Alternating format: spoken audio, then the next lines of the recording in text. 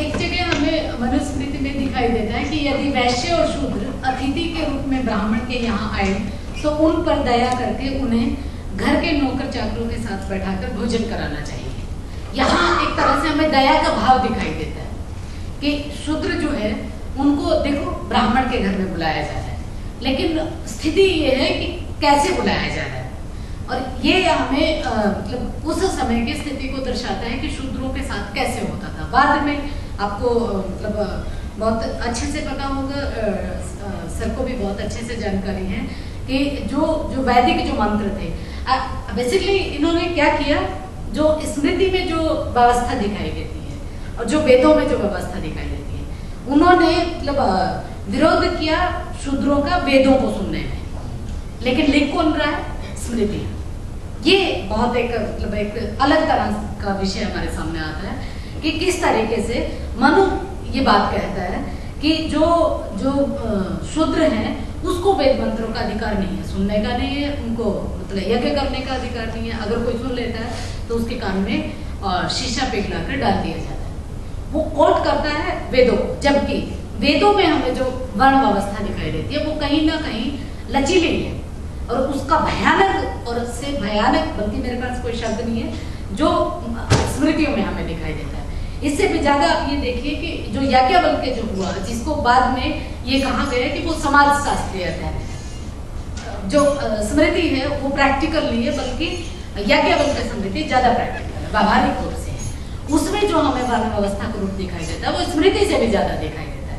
जबकि आचार शास्त्र की दृष्टि से अगर देखें हम, व्यवहार शास्त्र, यहाँ इसमें 3 ही अध्याय है सिर्फ। याज्ञवल्क्य ने क्या किया, मनु से अपने आप को अलग रखा, लेकिन अलग रखते हुए भी उसने उसी व्यवस्था को जो व्यवस्था मनु ने पहले लिखी मनुस्मृति में, उसी व्यवस्था का कठोर से कठोरतम, भयानक से भयानक रूप उसने याज्ञवल्क्य स्मृति में लिखा। मैं एक श्लोक के माध्यम से ये कहना चाहूंगी। She goes on to say that there is a mention in Manusmriti which says that if a Shudra and a Vaishya come to a Brahmin's place for food, then taking pity on the Shudra and the Vaishya, I will allow them to have food with the other servants of my house. So she says that even though you do not see any explicit hatred towards the Vaishyas or the Shudras, and they are accommodated in a Brahmin household, but the way in which they are accommodated also needs to be looked at. It is not an invitation of camaraderie or of companionship with which a Brahmin is inviting a Vaishya or a Shudra to his home. It is more out of abject pity that he allows the Vaishya and the Shudra to partake food with the other servants of his house.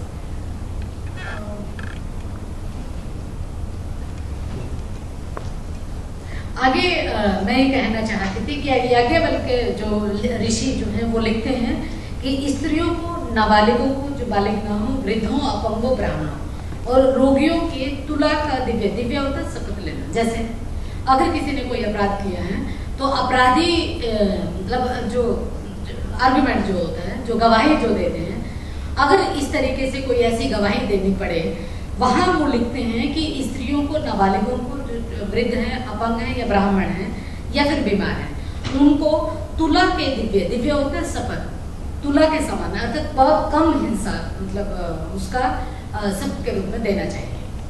उसके बाद लिखते हैं कि अब क्षत्रियों के लिए कैसे देना चाहिए, अग्नि को। अग्नि का अभिप्राय ये हुआ कि उनका जो तेज है, क्योंकि सबसे पहले उन्होंने ये वर्ण व्यवस्था में ये लिखा कि क्षत्रिय जो है उनको मतलब लड़ने का काम करना है, लड़ने का, अग्नि उसके अंदर तेज होगा, तेज का अभिप्राय अग्नि से लिया गया। उसने ये कहा कि अग्नि की उसको शपथ लेनी, जैसे हम आज की व्यवहारिकता में हम बोलते हैं कि ओ गॉड मैंने ये कर दिया, इसका अभिप्राय ये हो कि हम भगवान के सामने अपने आप को अपराधी मानते हैं कि हमने ये कहा। मेरे ख्याल से यही अर्थ निकलता होगा शायद।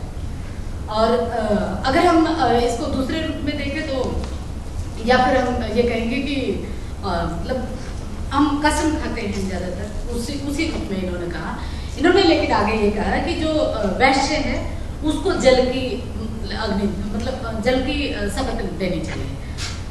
ठीक उसी तरह जो क्षत्रिय को था उसको अग्नि की और वैश्य को जल की कहा। फिर शूद्रों के लिए क्या था, शूद्रों के लिए उसने कहा कि जो काउंटिंग में 7 यव जो चावल का जो दाना होता है, चावल की तरह जो होता है, उसके बराबर, चावल के दाने के बराबर विष को ग्रहण करके शपथ लेनी चाहिए कि मैं इसकी गवाही अपने ठीक रूप से ले रहा हूँ। जैसे आज की कोर्ट में गीता के ऊपर हाथ रखकर कसम खाते हैं कि मैं जो कुछ कहूँगा ठीक कहूँगा। वो वाला जो सिस्टम जो है, मतलब जो आज के समय में हमें टीवी में दिखाई देता है, प्रैक्टिकली मैंने कोर्ट अभी तक नहीं देखे, जो आज के समय में जो हम टीवी पे देखते हैं, गीता के ऊपर हाथ रख के कसम खाते हैं, ठीक उसी तरह जो स्मृति करते हैं, या जो मतलब हमारा जो मतलब जो मनु को जो एक तरह से वो मानते हैं, वो याज्ञवल्क्य के कोट करते हुए कहते हैं कि शूद्रों को हमेशा जहर दो फिर उससे गवाही लो। एक बिल्कुल एकदम भयानक स्थिति हमें इसमें दिखाई देती है, जो मनुस्मृति में इतनी तरह से दिखाई नहीं देती, क्योंकि उसने अपने आप को अलग रखा, लेकिन अलग रखते हुए आचार शास्त्र उसने लिखा, आचार व्यवहार जो आम उसमें करते हैं, उसने विधान दिया। उसने ये नहीं कहा कि उसको ये करना है, लेकिन जो याज्ञवल्क्य हुआ उसने ये कहा कि उसको दे दो, देने के बाद उससे काम दो। मनुस्मृतिकार विधान देता है कि इसको ये करना चाहिए, लेकिन जो याज्ञवल्क्य है वो ये नहीं कहता इसको करना चाहिए, वो ये कहते हैं कि इसको करना है। इन दोनों में अंतर है। Earlier she had also mentioned, which I forgot to mention, she said that in the Smriti it was established that the reading and the understanding of the Vedas was something which was not permissible to the Shudras, and if a Shudra did try to attempt to read the Vedas, then molten glass would be poured down his ears. Then she goes on to explain the process of giving evidence or bearing testimony. So for women, for handicapped people, for Brahmins or for old people, you might have seen in some Indian court cases that we swear on the Bhagavad Gita, which is our holy book, when we give evidence. Over here we swear on the Bible when we give evidence. So for these classes of people, which were the women, children, handicapped people and the Brahmins, they had to take an oath. Their oath was not very hard on them. Like for the Kshatriyas, they had to take their oath over fire. They had to swear by fire and then give evidence or then give testimony. For Vaishyas, they had to take the oath of water. Over water they would give their testimony. But when it came to the Shudras, she she makes a mention of 7 grains of rice. So the size of each grain of rice, that much amount of poison the Shudra would have to gulp down before he actually gave testimony. आगे मैं ये बताना चाहूँगी कि हमारा जो स्मृति काल है, उससे पहले धर्म सूत्र भी आते हैं, जो पूरी मतलब ब्राह्मण ग्रंथों की जो व्याख्या करते हैं। ब्राह्मण ग्रंथ वेदों की व्याख्या करते हैं, और वेदों की व्याख्या से पहले हमारे सामने संहिता काल आ जाता है। मैं यहाँ एक कोट करते हुए कहूँगी कि हमारा गौतम धर्मसूत्र है, वो शूद्रों के बारे में क्या कहता है। उसने कहा कि न तो अस्पष्ट अक्षरों से या स्वर में, अर्थात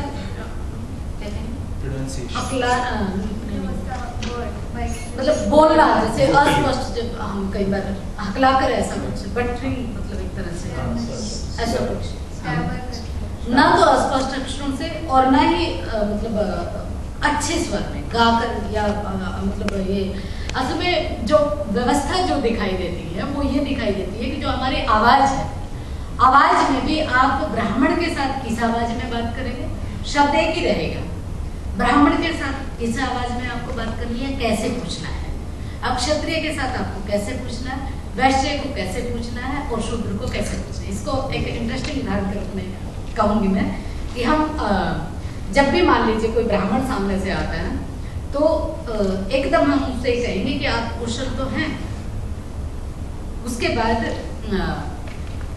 ये आप कुशल तो हैं, ये क्षत्रिय का, सॉरी, जब ब्राह्मण हमारे सामने आएगा तो हम उसको कहेंगे कि आपके वेद धन अध्यापन जारी है या चल रहा है, उसके बाद कुछ भी जवाब दें। दूसरे स्वर में हम कहेंगे कि आप कुशल हैं, तीसरे में कहेंगे, ये संस्कृत में है, मैं आपको ट्रांसलेट करके बता रही हूँ, एक ही शब्द है तीनों के लिए, उसका मतलब प्रोनाउंसिएशन है आपको। वैश्य को कहेंगे कि आप मतलब धन धान्य ठीक ठाक है, और शूद्र को कहेंगे कि आप बीमार तो नहीं है। ये एक तरह से मतलब हमें इंटरप्रिटेशन में दिखाई देता है कि उसको मतलब शूद्र की जो छवि जो बनाई उन्होंने वो इस तरीके से बनाई कि जो बाद के ग्रंथों में भी हमें दिखाई देती है कि उसको बीमार रहना चाहिए, उसको हष्ट पुष्ट नहीं होना चाहिए, उसको काम करते रहना चाहिए, उसकी कोई अपनी इच्छा नहीं, और एक मशीन की तरह जैसे वो उसको चाबी डालेगा उसको उसी अनुसार चलना है। मैं दोबारा गौतम धर्मसूत्र को कोट करते हुए कहती हूँ कि वो ये कहता कि और ना ही शूद्रों के समीप वेद का अध्ययन करना चाहिए, और उसके बाद दिशा के अंत में भी वेद का अध्ययन नहीं होना चाहिए। ये हमारे धर्मसूत्रों की व्याख्या है शूद्रों की। जैसे अगर हम इसको मतलब एक व्याख्या के रूप में ही कहें, ये जो शब्द इन्होंने कहा कि मतलब अस्पष्ट अक्षरों में या स्वर में संस्कृत का जो उच्चारण, संस्कृत का अभिप्राय ही असल में अगर आप फोनेटिक दृष्टि से देखें, संस्कृत मतलब जो संस्कृत किया हो, संस्कृत हो, अर्थात जो मजा हो, जो जिसमें किसी तरह की कोई त्रुटि ना हो, उसको हम संस्कृत कहते हैं, मतलब लैंग्वेज के दृष्टि से। और इसका अभिप्राय ये हुआ कि शूद्र जो थे उसको तो अधिकार ही नहीं था बोलने का, ना ही सुनने का अधिकार था, और किसी तरह के वो मतलब पढ़ने लिखने का और वेदों का अध्ययन और दूसरी तरह की चीजें तो उसके पास थी ही नहीं। तो इसलिए वो उसका जो उच्चारण रहा, लैंग्वेज जो उसके रही, वो भी ऐसी ही रही। क्योंकि जो अगर हम बच्चे को किसी को मैं एग्जाम्पल देकर बताती हूँ, मैं हरियाणा से प्रैक्टिकल आपके सामने एग्जाम्पल होगी कि वहाँ हम हरियाणवी में पढ़ते हैं, घर में भी वही माहौल है, स्कूल में जो पढ़ाया जाता है वो भी हरियाणवी में पढ़ाते हैं, हिंदी के किताब पढ़ाएंगे, इंग्लिश के भी पढ़ाएंगे, लेकिन हरियाणवी में पढ़ाएंगे। तो जो जुबान पे जो चढ़ती है वो हरियाणवी ही चढ़ेगी, भले ही हमें नॉलेज कितनी भी क्यों ना हो जाए। और उसको अगर हम बहुत सारा प्रयास करें, बहुत सारा, मैंने बहुत सारा प्रयास किया कि मेरा ये लहजा ना रहे, लेकिन लहजा यूं का यूं रहता है, शब्द आपके हिंदी के रहेंगे, शुद्ध रहेंगे, लेकिन जो अंदर से जो आवाज आती है, आंतरिक, जो संस्कृत की तो आंतरिक शब्द प्रयोग कर सकती हूँ, जो अंदर से जो हमारा एक लैंग्वेज का बन चुका होता है वो नहीं छोड़ता। ठीक उसी तरह शूद्र जो थे, क्योंकि उनको पढ़ने लिखने का अधिकार ही नहीं था, वो अलग रहा करते थे, तो उनकी भाषा जो थी वो ऐसी ही थी। अगर आप इसको आज के मॉडर्न मतलब उसमें भी देखें, जो हमारे सामने दलित जो लिटरेचर है, जो दलित आत्मकथाएं हमारे सामने है, या जो कविताएं हमारे सामने है, आर्टिकल हमारे सामने जो आते हैं, आपने बहुत अच्छी तरह ओम प्रकाश वाल्मीकि का झूठन अगर किसी ने पढ़ा हो, वहाँ जो शब्द प्रयोग किए जाते हैं वो आम बोलचाल की भाषा के हैं। वहाँ वो शब्द प्रयोग नहीं किए गए जो साहित्य में हमारे हैं, या फिर जो साहित्य के मापदंड को प्रयोग किए गए हैं। हमारा जो जैसे नाटक अगर हम ले तो उसमें नाटक में एक बाकायदा उसका एक सिस्टम है कि उसमें प्राकृत होनी चाहिए, पाली और प्राकृत महिलाओं के लिए। संस्कृत उसमें महिलाएं नहीं बोलेंगी, वो चाहे मतलब दलित महिला या शूद्रा तो होना बहुत दूर की बात है, उनकी अपनी महिलाएं, ब्राह्मणी जिसको हम कहेंगे, वो भी संस्कृत का प्रयोग नहीं करती। ठीक उसी तरह अगर हम साहित्यिक दृष्टि से देखें तो जो कोई भी उपन्यास होगा तो उसमें एक नायक होगा, उसका हीरो जो होगा वो ऊंची कास्ट का होगा, नीचे वर्ग से नहीं होगा। ये साहित्य के मापदंड है, लिटरेचर है हमारे सामने, जिससे लिटरेचर लिखा जाता है, जो मान्यता प्राप्त है, जो स्थापित है हमारे सामने।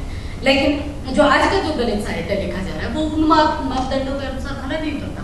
इसलिए बहुत महत्वपूर्ण मॉडर्न मतलब रेलेवेंस भी अगर हम शूद्रों का करें तो ये बहुत महत्वपूर्ण बन जाता है कि आज का जो साहित्य है उसको तो साहित्य नहीं माना जाता। जो साहित्य की जो परंपरा है या फिर जो हमारा साहित्य की एक श्रृंखला जो शुरू से चलती आ रही है, वो दलित को साहित्य नहीं मानती। वो ये कहती है कि ये हमारे मापदंड के अनुसार है ही नहीं, क्योंकि उनकी अपनी भाषा है, उनका अपना लहजा है, उनके अपने नायक है। झूठन में आपको नायक मतलब ब्राह्मण नहीं दिखाई देता, एक दलित परिवार का दिखाई देता है। ठीक उसी तरह सूरज पाल चौहान में की त्रिस्कृत जो आत्मकथा है उसमें आपको नायक कोई मतलब सवर्ण नहीं दिखाई देगा, दलित दिखाई देंगे, दलित पात्र उसमें है। आज का जो कविताएं हमारे सामने है उसमें वो रस नहीं है जो एक मतलब जो अपने आप को मोहित करने के लिए लिखा जाता था, या अपने आप को मतलब सम्मोहित या फिर अपने मनोरंजन के लिए जो लिखा जाता था। आज का साहित्य मनोरंजन के लिए नहीं लिखा जा रहा, दलित साहित्य दलित साहित्य मनोरंजन की बजाय ज्ञान का साहित्य, अपने अपने सामाजिक स्थिति का वर्णन करता है। सॉरी, आपकी बात चल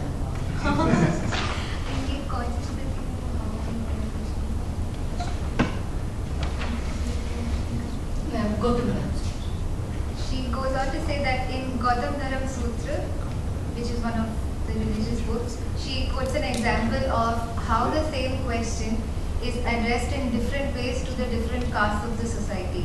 I mean, the language of the wording is always the same, the tonality differs when you talk to different castes.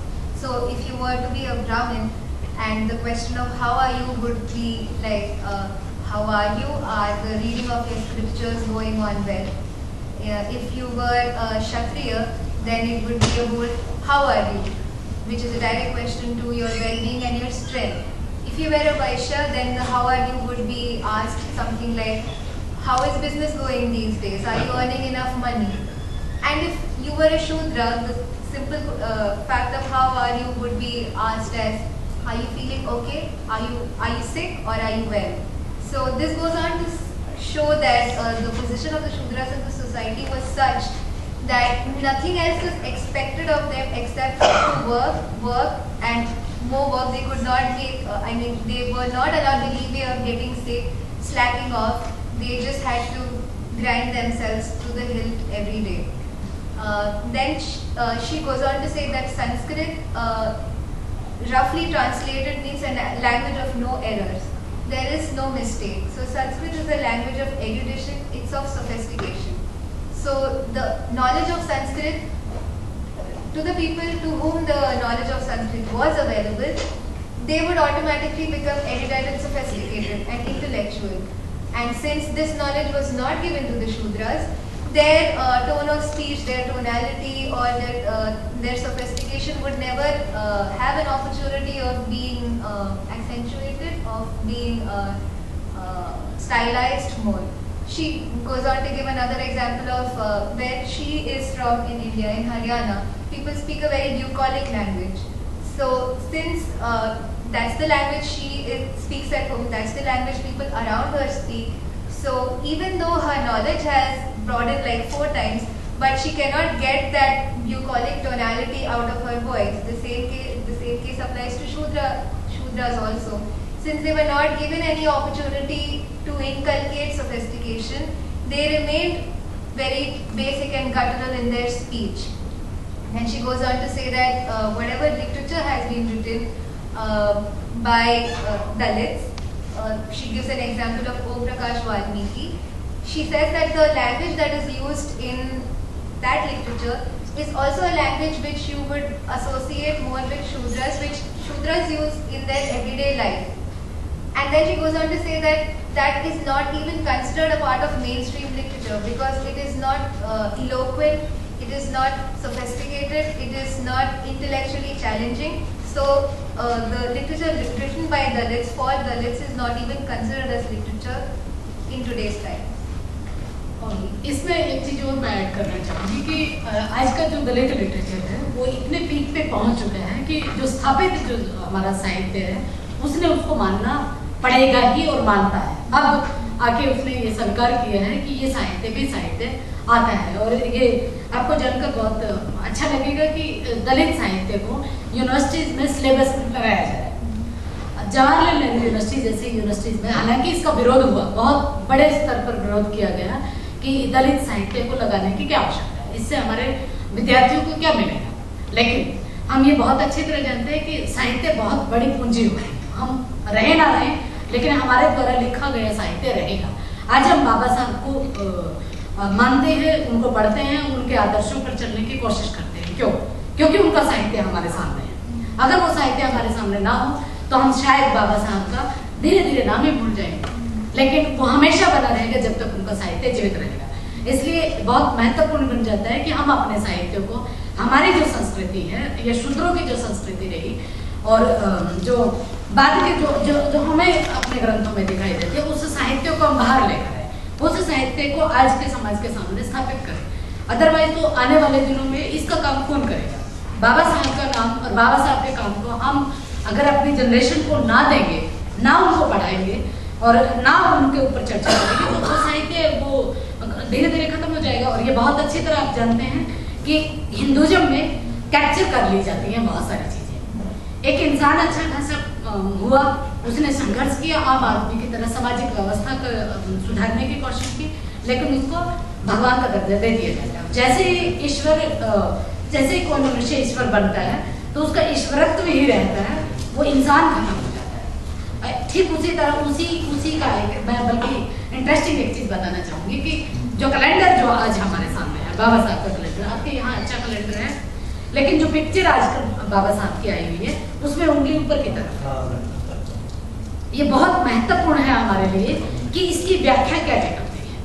आजकल तो आप टीवी पे देखते ही होंगे कि कार्टून विवाद कितना चला हुआ है। अगर कार्टून विवाद मिनटली ऑब्जर्व करने से इतनी सारी चीज़ें क्रिएट कर सकता है, तो हम ये टारगेट क्यों नहीं कर पा रहे कि बाबा साहब का जो कैलेंडर जो बनाया जा रहा है उस पर उंगली ऊपर की तरफ क्यों है, जबकि उनकी उंगली तो ऊपर है ही नहीं। और इसकी अगर व्याख्या करके देखें तो इसके अर्थ तो सीधा निकलता है, या पढ़िए लिखिए मौज मस्ती करिए और ऊपर जाइए। ये तो मकसद कभी नहीं रहा बाबा साहब का, उसने तो हमेशा आगे रखी है उन्हें। तो ये जो बदलता हुआ जो स्वरूप है, ये हमारे लिए क्या देगा? हम उस मतलब एक बहुत बड़े मतलब सामाजिक क्रांतिकारी को कहीं ना कहीं दूसरे रूप में लेते जा रहे हैं, और इसमें हम भी दोषी हैं, क्योंकि हम जो हमारे सामने जो स्थापित किया जा रहा है, अपनी आंखों के सामने स्थापित किया जा रहा है, हम उसके पीछे भाग रहे हैं। हम अपने घरों में ऐसी पिक्चरें लेके आने शुरू कर दी, क्योंकि हमें हमारा ध्यान ही नहीं जाता कि इस पिक्चर का मतलब क्या है। और फिर फोटो देखते हैं, ये देखते ही नहीं कि इसकी उंगली कहाँ है, इंडिकेटर इसका कहाँ है। एक मिनट, अभी 9:15 है और 15 मिनट ठीक है क्या? Is it okay? 9 o'clock we can close, नहीं, मैंने तो आपको पहले ही बताया। No, I'm saying another 15 minutes. Another 15 minutes, and there'll be 30 minutes for a question answer. So we can go on up to 9. I am trying to sum up. Yeah. No, you still have another 15 minutes. You can go on. So the mention of Dalit literature, the mention of Shudra literature was made earlier. She said that now literature has to accept Shudra literature as it is and take in its realm the contributions made by Shudra writers also. And then she says in JNU, as a part of their curriculum and syllabus, Dalit literature is being introduced, albeit with a lot of struggle with, and there are a lot of warring parties which say that how can this literature enrich the lives of our students in any way. And then she says that, but it is very important for us to take the path of literature because our lives fade away, but what we write and what we speak about when it is captured in print, it's etched in stone and thereby it's etched in history. So it is all the more important for us to actually leave behind the literature. And then she gives the example of Baba Saheb Ambedkar. He was a great man, he was a visionary. We know today now because of his work and because of his teachings which have been written, propagated and spread by the people of the world. Otherwise, had he just lived, his enigma and his success story would have faded away with history. Then again she goes on to say that how in Hinduism there is this practice or there is this fondness towards divine slavery, so to say. Whenever we establish that a man is capable of greatness or a man has done great deeds, we almost start equating him with God. So the man becomes a god and he ceases to be a human being. And then she goes on to say that this is the usual portrait of Baba Saheb Ambedkar, but there are certain caricatures or there are certain photographs in recent times which show that he has a finger lifted upwards, which seems to suggest what he is saying is work, earn money, live a good life and then hope for divine ordination or then hope for nirvana, which is exactly not the message that he had tried to promulgate during his lifetime. But then people just see the picture and people associate the picture with a certain amount of greatness and they are done at that. They do not go in for further interpretation and they do not even notice the fact that these days the picture is carrying his position with one finger raised towards the sky. Last में सिर्फ इतना कहना चाहूँगी कि हमारी जो दलित literature में भी जो दलित लेखिकाएं हैं, दलित साहित्य भी दलित लेखिकाओं पे कम लिखा जा रहा है, जबकि उतना ही महत्वपूर्ण बनता है हमारे सामने कि महिलाओं की हम अपनी स्थिति को रखें। और सिर्फ 2 ही अभी तक हमारे सामने लेखिकाएं हैं जिन्होंने दलित स्त्रियों पे काम किया है। तो दलित स्त्री को भी साथ ही साथ लिखा जाना चाहिए, उसकी अपनी समस्याएं हैं, उसकी अपनी पीड़ाएं हैं, उसके दुख दर्द हैं। जब तक हम इसको नहीं लेके चलेंगे तब तक हम एक मतलब साहित्य को जो स्थापित करना चाहते हैं वो शायद अधूरा रहेगा। हालांकि इसके ऊपर बहुत सारा काम किया गया है। हमारे लेखक हैं, युवा लेखक हैं अजय नवरिया, उन्होंने बहुत अच्छा काम किया है मतलब कविता कहानियों को लेकर। और ये कहेंगे कि क्योंकि हमने एक साझा समाज बनाना है तो हमें स्थापित साहित्य पर भी काम करना चाहिए, देखना चाहिए कि उस साहित्य में क्या लिखा जा रहा है। और इसमें अजय नवरिया जैसे लेखक बहुत अच्छे से काम करते हैं। हम एक ऐसे साहित्य को सबके सामने लेकर आएंगे जो आने वाली पीढ़ियों के काम आएगा और जो हमें आगे के लिए अपने रास्ते तय करने में मदद करेगा। अंत में मैं एक छोटी सी कविता के माध्यम से अपनी बात को खत्म करना चाहूँगी। Just goes on to say that even when we talk about Dalit literature, there isn't a lot of mention of women in Dalit literature. There are very few works which concentrate on Dalit women. There is one notable author, Ajay Navaria, who has done recommend a lot of valuable contribution when it concerns talking about Dalit women, because their position in the society should also be projected. And if we are looking forward to be a more accommodative and a more knowledgeable and a more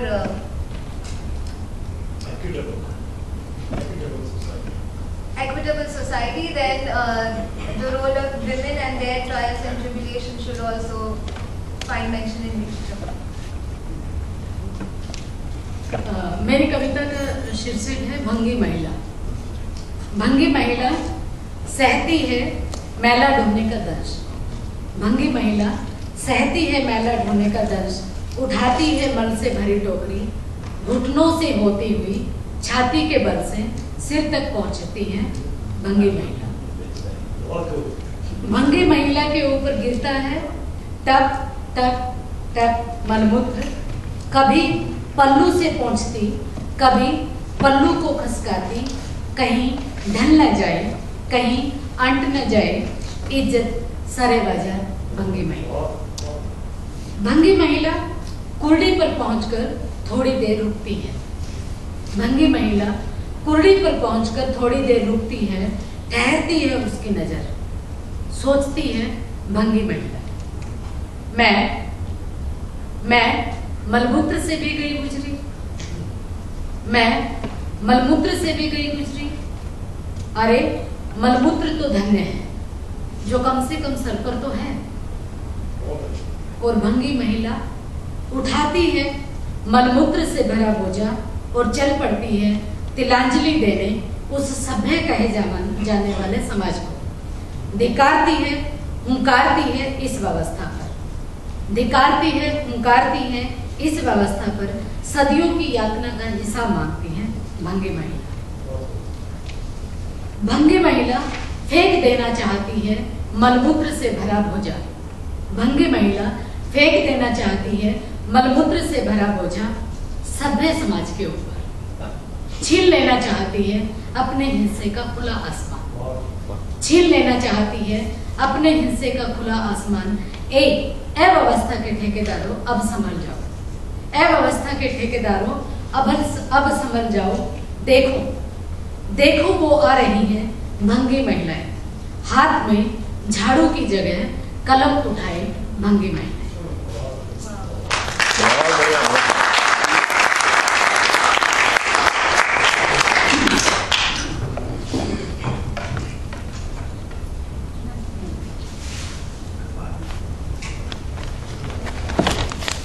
Lifting the night soiled basket to her knees, then to her chest, and finally to her head, the Bhangi woman suffers crucifixion every day for being a Bhangi woman. The basket drips feces trickling down on her face. She wipes it with her sari. mindful, no one peers at her body in the open marketplace. The Bhangi woman reaches the kurdi, stops for a moment, her eyes filled with remorse, her mind abuzz with thoughts. Why? Am I worse than urine and night soil? Blessed are they, but blessed are they, seated on my head, and me, Bhangi woman, cleaning urine and night soil, carrying this filth on her head, performing the last rites of that system that prides itself for being civilized. Cursing it, calling it names, roaring, grunting at it, seeking recompensation from it for her centuries-old ordeals, setting out to wrest from it her share of the open sky usurped by it. Beware, you usurpers of my open sky. Look, look, they are marching, the Bhangi women, no longer with brooms in their hands, but pens instead.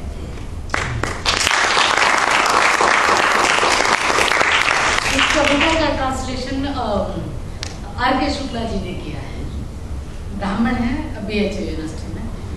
इसके साथ ही साथ मैं आप सबका आभारी हूँ, आप सबकी आभारी हूँ, आपने मुझे इतनी देर तक सुना, और खासकर सर का और राजकुमार जी का और राजवीर जी का, राजकुमार दूसरा राजकुमार आप सबने, विजय दोनों ने, आप सबने, आप सब साथियों ने मुझे सुना, एंड आप सबका बहुत माना।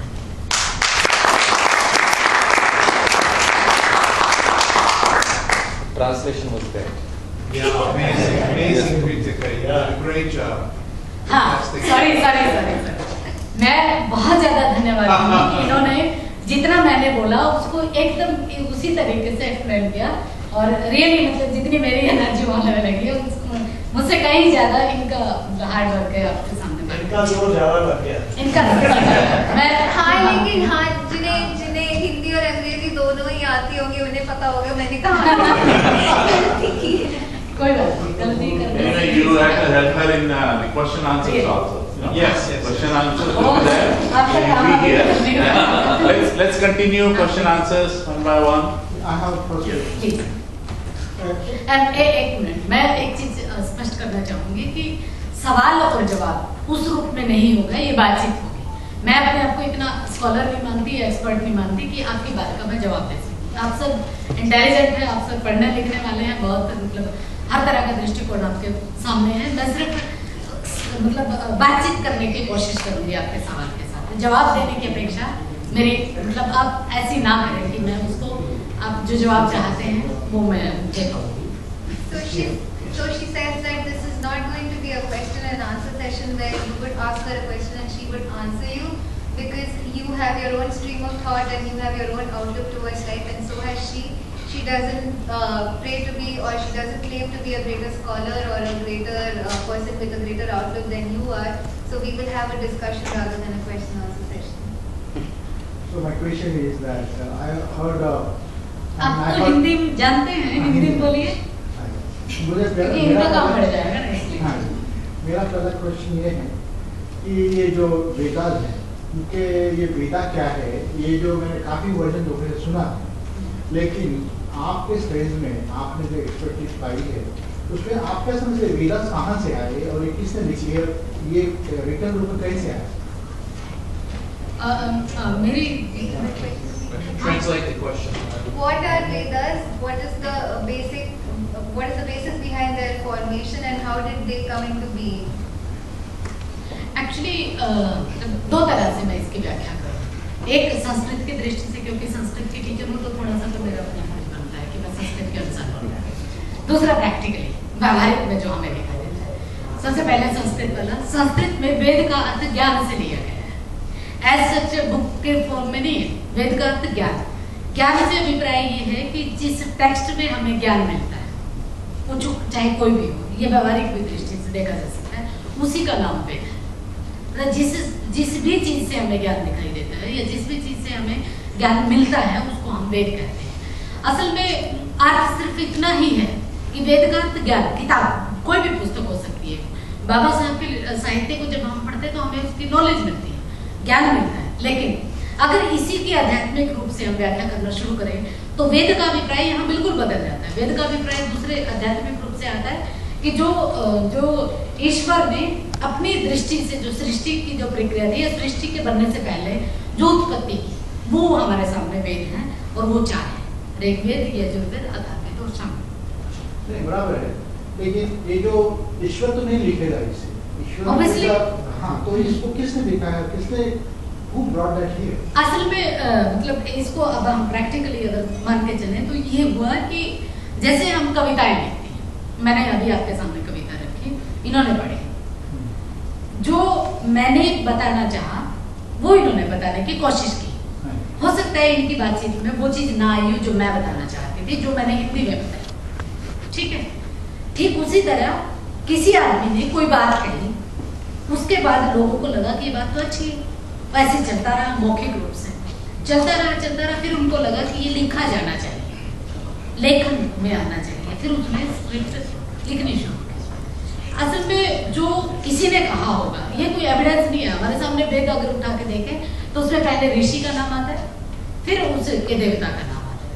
मान लीजिए अगर कोई जैसे आजकल कावड़ का अभी सिस्टम शुरू होगा, तो कावड़ कोई लेके आता है तो पहले उसका नाम होगा, फिर कावड़िया कहेंगे। कावड़िया का मतलब जो शिव जी के जो कावड़ लेके आते, ये इसको हम इस दृष्टि से देख सकते हैं कि जिसने ऐसे एक मंत्र देखे, फिर उन्होंने उसको कलेक्ट किया, फिर उन्होंने लिखा, और फिर जब लिखता है, कमेंट्री जब लिखता है तो जाहिर सी बात है अपनी बातें भी आती हैं उसमें, लेकिन हमें सिर्फ ऋषियों के नाम दिखाई देते हैं उसमें। जैसे जो प्रथम मंडल है, प्रथम मंडल के अंदर हमें सुक्त दिखाई देते हैं, सुक्त में फिर मंत्र आता है, अर्थात इसका मतलब ये हुआ कि जैसे हम चैप्टर करते हैं बुक का, एक मतलब किताब है, उस किताब के फिर चैप्टर है, और चैप्टर के अंदर फिर सब चैप्टर है। ठीक उसी तरह वेद है, वेद के अंदर पहले सुक्त आएगा, फिर मंत्र आएगा, पहले मंडल, फिर सुक्त और फिर वेद। तो मंडल जिसने लिखा वो एक ऋषि ने लिखा, उसके बाद जो विभाजित होता जाएगा वो उसके शिष्यों के द्वारा, ऐसा रिटन फॉर्म में हमारे सामने आता है। मैं कोशिश की जी सर, आप Translation. Yeah. So she said that first of all it was established that we do not really know who the Vedas were written by, because we feel that they were ordained to us by God. So it's a simple example that if you like she read a poem in Hindi and I try to translate it in English, and people who do not understand Hindi took something out of that poem based on what their understanding was. But there was always a possibility that what she said was not completely resonated by me and thereby not completely understood by you, or maybe interpreted differently by you. So this is what could have happened in the initial stages, like one person said what he believes in and the other person was like, oh, you have a point out there, and the third person, what the second person felt or thought resonated with him. So there isn't really a particular time as to when these opinions became treatises. But the origin mostly goes back to rishis, because it is very obviously mentioned that a lot of rishis are mentioned in the primary works of the Vedas. So if the rishi would Rishi means son. sage, yeah, holy man, not holy man, Seer. very, yeah, Visionary. visionary, yeah. Yeah. So one of the first acts that became famous in Dr. Ambedkar's activism was burning the Manu Dharma Shastra at the Mahad Satyagraha. And so trying to get drinking water for people, but at the same time it was important to burn this book because it had so many rules that were against Dalit people, especially not speaking Sanskrit, not hearing Sanskrit, and so on. And Dr. Ambedkar himself elected to study Sanskrit at Elphinstone College, but was denied. So he had to study Persian instead. And later on he became a student of Sanskrit at Pali. But interestingly, he points to the teachings of Lord Buddha who in the Kalama Sutta said, do not trust any written or verbal tradition. Do not trust teachers. Do not trust anything that you hear until you have attempted to practice it in your own life. Buddha said the only thing that's truthful is what makes your life better, which reduces suffering in your life. That is the truth. That is the only truth that you should trust. So Vedas, whether it is Shruti or Smriti or any of that, forget about it. It is only what's important. And in fact, if those books oppress you by telling you that you are inferior, burn the books. And so, of course, he wrote many books, but all those books said, think for yourself. So the question I have for you is that you were told by an early teacher, in fact, that teacher hit you and said, you can't study Sanskrit, sit at the back of the room, but you studied anyway. Now you're a professor of Sanskrit. So what does that say about the tradition of Sanskrit literature that says that there is the caste system, untouchability, and so on? The fact that you are now professor of Sanskrit means that, as the Buddha said and Dr. Becker said, those literature is only man-made. It is not holy. It is not sacred. It is not divine. It is just a literature made by people. And if it begins to harm other people, then it should be questioned or rejected or burned. So now you have to tell her in Hindi, right? Reverse. It's a reverse. But now since this is a open participation, you all can chip in wherever I go wrong. So महासत्याग्रह के time में मनुस्मृति को जलाई गई और फिर वो advocate मतलब ये भी मानते थे अम्बेडकर की बुद्ध मानते थे कि जो भी लिखा गया है जो लिखा गया है उसे उस पर तुरंत विश्वास मत करो, जो प्रैक्टिस कर सकते हो या जो कुछ कर सकते हो उसी पर विश्वास करो। तो ये पूछ रहे आपसे कि आपको भी जब आपने संस्कृत पढ़ने की कोशिश की, आपके अध्यापक ने भी आपको बोला था कि तुम पढ़ के क्या करोगी, तुम्हें इससे क्या लेना देना है, लेकिन आपने फिर भी पढ़ा, तो कहीं पर आपको लगता है कि ये जो संस्कृत को जो हम मान्यता देते हैं कि ये होली लैंग्वेज है या एक रिलीजियस लैंग्वेज है या इसे ऑलमोस्ट हम मतलब हमारे कल्चर में इतना घुल मिल गया है और हम संस्कृत को इतना रिस्पेक्ट देते हैं, लेकिन एक ऐसा लैंग्वेज जिसमें वर्णों का इस प्रकार वर्णों नहीं, I want to say when the castes are so obviously demarcated, a language that does that, इतना ज़्यादा मतलब इतना ज़्यादा इम्पोर्टेंस देना कि मतलब ब्राह्मण यही करेंगे, शूद्र इतना यही करेंगे, ऐसा लैंग्वेज अगर ये करता है तो इसे क्या हमें वही मान्यता देनी चाहिए जो हम आज भी देते हैं?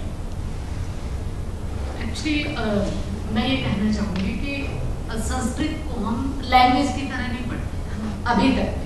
हम संस्कृत को एक पूरा मतलब पवित्र ग्रंथों के रूप में पढ़ते हैं, चाहे वेद हो, हमारे सामने स्मृति और रामायण और महाभारत, भगवद गीता सब घर में पाई जाती है, आज भी रामायण सभी जगह पाई जाती है। हम उसको संस्कृत एक लैंग्वेज भी है अपने आप में और लैंग्वेज रिच लैंग्वेज है। अगर आप इसका लैंग्वेज से मतलब एनालिसिस करके देखें, नो डाउट संस्कृत में बहुत सारी चीज़ें ऐसी हैं जो इंग्लिश जो मतलब कैपिटल जो उसका है या फिर इंग्लिश अल्फाबेट्स, इंग्लिश का जो अल्फाबेट्स है वो हिंदी संस्कृत में बहुत सारा मिलता है, ठीक है। उसी तरह पर्शियन का, जितनी भी लैंग्वेज है हमारी, उर्दू का बहुत सारे शब्द हमारे संस्कृत में मिलते हैं और इवन पाली और प्राकृत तो है ही उसका एक मतलब अंग है, लेकिन साथ ही साथ जो जितनी भी भाषाएं हैं हमारी वो जुड़ती हैं संस्कृत से। अगर इसका मतलब अभी आज के समय में तो इसका मतलब लैंग्वेज के ऊपर बहुत सारा काम हो रहा है। हमारे जेएनयू में भी यूनिवर्सिटी में जहाँ से मैंने पीएचडी किया है, वहाँ पर भी हम वर्ण के ऊपर अब काम करते हैं। और आपको मैं वर्णमाला की बात मैं बता रही थी, मैं इसमें बल्कि ये भी कहना चाहूँगी कि ये जो भाषा है ये है उधार ले गई, मतलब ये कोई जरूरी नहीं कि ये एक अपनी भाषा थी और वो वही सबकी जननी है। जो ज़्यादातर जो संस्कृत के जो स्कॉलर मानते हैं कि संस्कृत तो मतलब सभी भाषाओं की जननी है, बल्कि अगर उल्टा करके देखा जाए जो इसकी ग्रामर है संस्कृत की, हालांकि मैंने अभी थोड़ी देर पहले ये कहा कि संस्कृत लैंग्वेज एक रिच लैंग्वेज की बात की है मैंने, लिटरेचर की बात नहीं। लैंग्वेज की दृष्टि से रिच है, लेकिन उसमें भी एडॉप्टेशन है। जो कोई भी मतलब जो एक तरह के संस्कृत को पवित्र ग्रंथों की तरह से देखता है, वो जो मानने के लिए तैयार नहीं होता। अभी एक हमारे एक आदिवासी जो जनजातियां हैं, वो लोकगीत होते हैं, फोक सॉन्ग जिसको कहेंगे, वो गीत जो गाती है महिलाएं, वही गीत हमारे जो संस्कृत की जो वर्णमाला है, देवनागरी, संस्कृत की स्क्रिप्ट क्या है, देवनागरी, जो देवनागरी की जो वर्णमाला है, वो वर्णमाला उन आदिवासी जनजातियों के जो फोक सॉन्ग है वहां से निकली हुई। अभी एक रमणिका गुप्ता एक लेखिका है, उन्होंने आदिवासियों पे बहुत सारा काम किया है। एक मतलब बहुत समाज सेविका है, बहुत बड़ी स्कॉलर एक तरह से है। उन्होंने आदिवासियों के फोक सॉन्ग पे काम किया। फिर उन्होंने एनालिसिस किया जो देवनागरी का जो व्याकरण है, जो जहाँ से संस्कृत की शुरुआत होती है। मैं बिल्कुल एकदम उसका मौलिक मतलब एक चीज आपके सामने रखना चाहूंगी कि जो संस्कृत की लैंग्वेज जो संस्कृत भाषा है वो किससे बनती है? व्याकरण से। हर एक लैंग्वेज की अपनी व्याकरण है, और व्याकरण में क्या होता है? शब्द, और शब्दों से पहले वर्ण आता है। वर्ण जो है, वो जो वर्णमाला है, वो संस्कृत के जो लोग मानते हैं वो शिव जी के डमरू से निकली है। असंस्कृत वाले मानते हैं कि शिव जी ने जब वो जो डमरू बजाता है उससे वर्णमाला निकली, और जो वर्णमाला निकली उससे फिर शब्द बने, शब्दों से वाक्य बने, और बहुत बड़ा ग्रंथ एक लिखा गया अष्टाध्यायी के नाम से, जो प्रसिद्ध हुआ, जो संस्कृत का मूल व्याकरण ग्रंथ है, जहाँ से कोई भी स्कॉलर संस्कृत जो सीखेगा उसको पढ़ना पड़ेगा। अष्टाध्यायी जिसको हम कहेंगे, या फिर बाद में पतंजलि भी हुआ रही है। उन्होंने वो जो साउंड जो ली, जो ध्वनि, जो स्वर और व्यंजन की जो प्रक्रिया है, वो वहाँ से निकली है, आदिवासी जनजातियों से। जो हमारे जो रिसर्च स्कॉलर अभी तक जिसको नहीं जानते कि इस तरीके से भी स्टडी को किया जा सकता है, लेकिन इसके बावजूद भी मैं ये कहूँगी कि लैंग्वेज का एक अपना महत्व होता है, और उस लैंग्वेज को अगर लैंग्वेज की दृष्टि से ही हम देखें तो हर एक लैंग्वेज का अपनी इंपॉर्टेंस है। और आपको पता है कि बहुत सारी भाषाएं तो लुप्त होती जा रही हैं, समाहित होती जा रही हैं। अब हम आम बोलचाल की भाषा में टीचरों प्रयोग करते हैं, अध्यापकों नहीं करते और ना ही टीचर्स करते हैं। हालांकि मुझे इंग्लिश कम आती है, लेकिन टीचरों ही बोलते हैं, या फिर स्टूडेंटों, मतलब वो ना इंग्लिश होती ना हिंदी होती, वो इंग्लिश होती है। तो ये भाषाओं समाहित करते जा रहे हैं, और हमें अच्छा मतलब खराब नहीं लगता जब टीचर्स की बजाय हम टीचरों सुनते हैं। वो हैबिट बनी है यहाँ कि टीचरों ही होता है, टीचर्स नहीं होता। ठीक उसी तरह यूनिवर्सिटी, अब रिक्शा वाले को पूछ के देख लीजिए कि विश्वविद्यालय जाना है, उसको समझ नहीं आएगा कि विश्वविद्यालय कहाँ है, क्योंकि उसको हैबिट बनी हुई है यूनिवर्सिटी सुनने की। वो यूनिवर्सिटी पे पहुँचाएगा आपको, फिर कहेगा कि अगर विश्वविद्यालय को कहेगा कि तुम इंग्लिश में क्यों इंग्लिश में क्यों बात कर रहे हो, कल पढ़ा रहे हो, उल्टा है। तो आपकी बात का मैं सिर्फ इतना ही कहना चाहूँगी कि महत्व इसका लैंग्वेज की दृष्टि से नो डाउट ज्ञान है, लेकिन वो ज्ञान ऐसा है जो वर्ण व्यवस्था पर टिका हुआ है। अगर उसमें संस्कृत साहित्य से वर्ण व्यवस्था निकाल दी जाए तो उसकी ज्योग्राफी बहुत अच्छी है, उसमें मैनेजमेंट बहुत अच्छा है, उसमें वाटर रिसोर्सेज बहुत अच्छा है, अथर्ववेद बहुत अच्छा है। आपको पता होगा कि मेडिकल साइंस अथर्ववेद संहिता को पढ़ाया जाता है। जो हड्डियों के जो डॉक्टर होते हैं उनको बाकायदा सूत्र पढ़ाया है। तो उसमें जो साहित्य है उस पर वर्ण व्यवस्था पर ही जोर दिया जाता है। या फिर हिंदुइज्म का जो अपनी थ्योरी है, हिंदुइज्म अपनी थ्योरी कहाँ से लेके आता है? संस्कृत से। और संस्कृत में क्या वही पूरा का पूरा, लेकिन संस्कृत में इस चीज के अलावा जो ज्ञान है वो ज्ञान हमें दिखाई नहीं देता। लेकिन आज के समय में क्योंकि पंडितों की जो परंपरा है वो एक तरह से खत्म होती जा रही है, उनकी रोजी रोटी एक तरह से खतरे में है, तो अब संस्कृत साहित्य में किया जा रहा है कि जो उसके अंदर जो मैनेजमेंट है, जो आजकल MBA बहुत इम्पोर्टेंट है, उसमें गीता का मैनेजमेंट अपना है, उसमें बहुत सारी राजनीति है, उसमें बहुत सारे करप्शन है, बहुत सारी चीजें उसमें है। तो इसलिए अब संस्कृत को इस दृष्टिकोण से पढ़ना शुरू किया। I think I will try. Okay, so next. Okay, so she said that Sanskrit in India is little more than a language for us. Then she goes on to say that the alphabet of Sanskrit, even though people consider it to be the richest language, and even though people consider Sanskrit to be the mother of most other languages prevalent in the world, a lot of it is borrowed. like there is a resonance between the alphabet of Sanskrit and the alphabet of English, and then she goes on to